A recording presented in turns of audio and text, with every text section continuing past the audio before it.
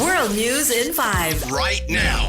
News and developments making headlines around the world in 5 minutes. World News in 5. Here on Radyo Pilipinas World Service.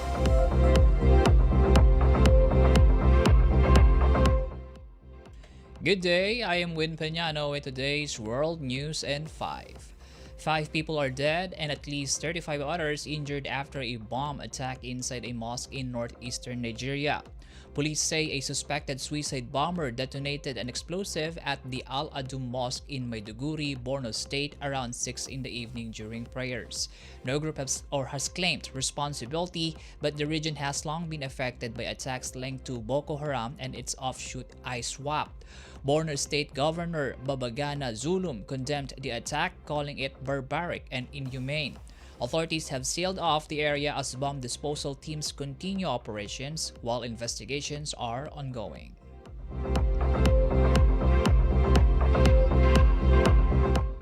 In related news, the United States has launched an airstrike against Islamic State militants in northwest Nigeria at the request of the Nigerian government. President Donald Trump announced the strike on Christmas Day, saying it targeted militants who have been attacking mainly Christian communities in the region. The U.S. Africa Command confirmed the strike killed multiple ISIS fighters. Trump had previously warned that Christianity in Nigeria faces an existential threat and hinted at military intervention if attacks on Christian communities continued.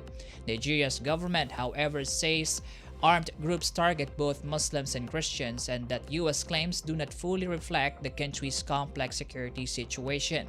Authorities say they are cooperating with the United States to strengthen efforts against militant groups. The strike underscores the ongoing tensions in Nigeria, where the population is roughly split between Muslims in the north and Christians in the south.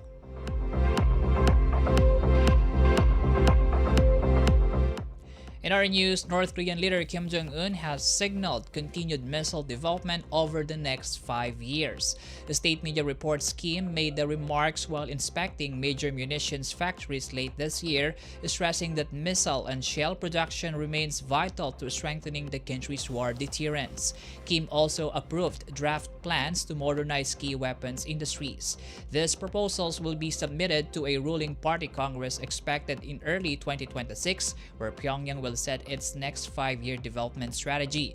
The report comes after recent disclosures showing Kim overseeing submarine construction and missile tests, further underscoring North Korea's military ambitions.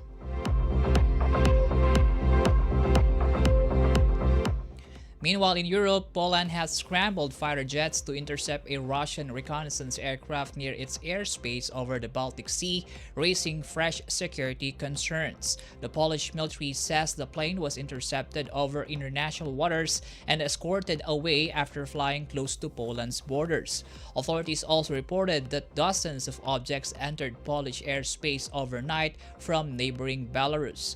Officials believe several of the objects were likely smuggling balloons, but warned that timing during the holiday season and similar incidents in the region may point to a deliberate provocation.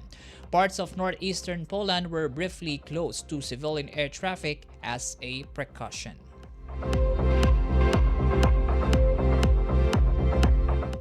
And in Vatican, Pope Leo used his first Christmas address to deliver an unusually direct message on the humanitarian crisis in Gaza. Speaking before thousands at St. Peter's Basilica, the first American Pope compared the birth of Jesus in a stable to the suffering of Palestinians living in tents, exposed to rain, wind, and cold. He lamented what he called the fragile condition of civilians caught in war, including the homeless and young people forced into combat. In his traditional Christmas blessing, Pope Leo also called for an end to global conflicts, naming Gaza, Ukraine, and parts of Africa and Southeast Asia. He urged nations to silence their weapons and pursue sincere dialogue, reconciliation, and peace.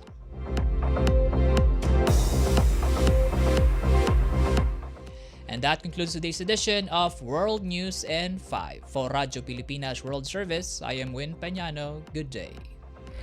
World News in 5. Right now. News and developments making headlines around the world in 5 minutes. World News in 5. here on Radyo Pilipinas World Service.